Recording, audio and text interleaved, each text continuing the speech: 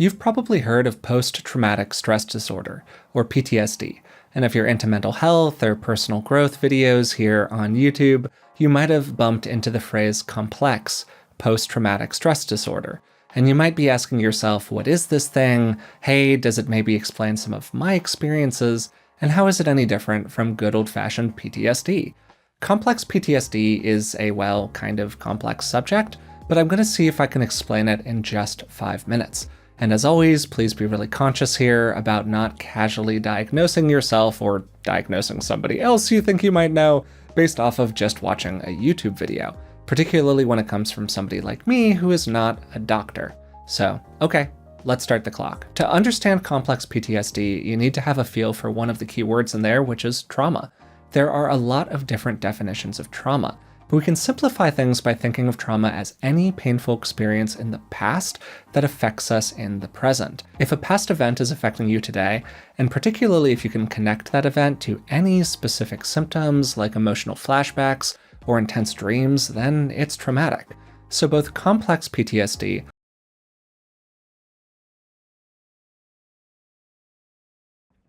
Thank you and good afternoon. This is Sam Vaughn for Sam's Sports Report. Today we're going to the context of PTSD and CPTSD. I think we all have general understanding of what PTSD is.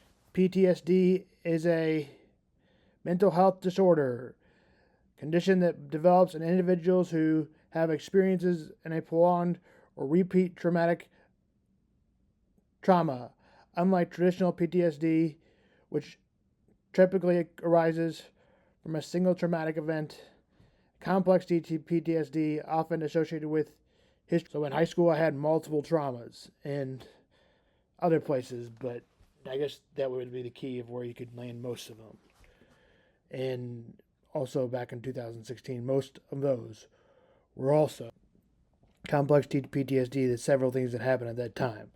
I am no doctor, but this is what I lean towards, what I have as I look up all the researches. BPD shares several similar symptoms such as impulsive behaviors, feeling of worthlessness, and difficulty forming lasting relationships. Because of this, experts wonder if these conditions are distinct. According to the criteria for each condition, the main difference between chronic CPTSD and borderline personality disorder, BPD, share several similar symptoms, such as impulsive behavior, feelings of worthlessness, and difficulty forming lasting relationships. Because of this, some experts wonder if these conditions are distinct. According to existing criteria for each condition, the main difference is that chronic trauma has to be the cause of CPTSD, whereas trauma doesn't have to be the cause of BPD. However, BPD is strongly associated with childhood trauma, such as abuse or neglect. Another difference is that a person usually develops Another difference that a person usually develops is BPD by younger adulthood. A person can be developed by CPTSD at any age. According to the ICD-11, complex PTSD includes most of the core symptoms of PTSD, such as flashbacks, re-experiencing traumatic events, avoidance and detachment from people, events, and environmental triggers or trauma, excessive attention to the possibility of danger, hypervigilance, frequent negative thoughts or emotions. I get these emotions all the time. The one that affects me probably the most is flashbacks, because it goes back into a traumatic situation. The traumatic situation can come from anywhere and wherever I am. In addition to the following symptoms: excessive reactivity to negative emotions, stimulus with anger and aggressive behavior.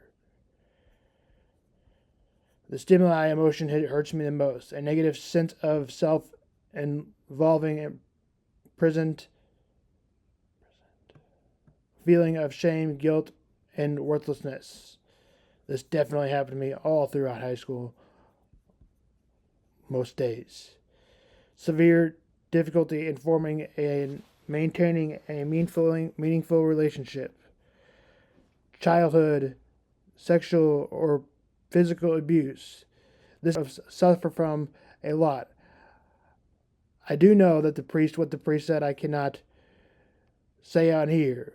It's a physical, it may have not been physical, but I know he asked me one question that probably just hurts me still today. Amygdala, the part of your brain that processes fear and other emotions. Hippocampus, the part of your brain that's largely responsible for learning and memory. The part of your brain that is involved in executive functioning, planning decisions, making a personality, expression, and controlling social behaviors. There's not a lot of diagnostic CPTSD. Instead of a healthcare provider makes the diagnostic of after asking about you. Symptoms, medical history, mental history, exposure to trauma. Providers use certain explained and whose ICD-11 diagnosed CPTSD. However, as CPTSD is a new recognized condition, some providers may not be aware of it. This may make it difficult to get an official diagnosis. A provider might be diagnosed you with PTSD or instead of CPTSD. Physical talk therapy is maintained treatment of complex PTSD. Specifically, this type of psychotherapy is a form of cognitive behavioral therapy called CBT. An antidepressant is like a selective serotonin reuptake inhibitors, SSRI, or selections of it, and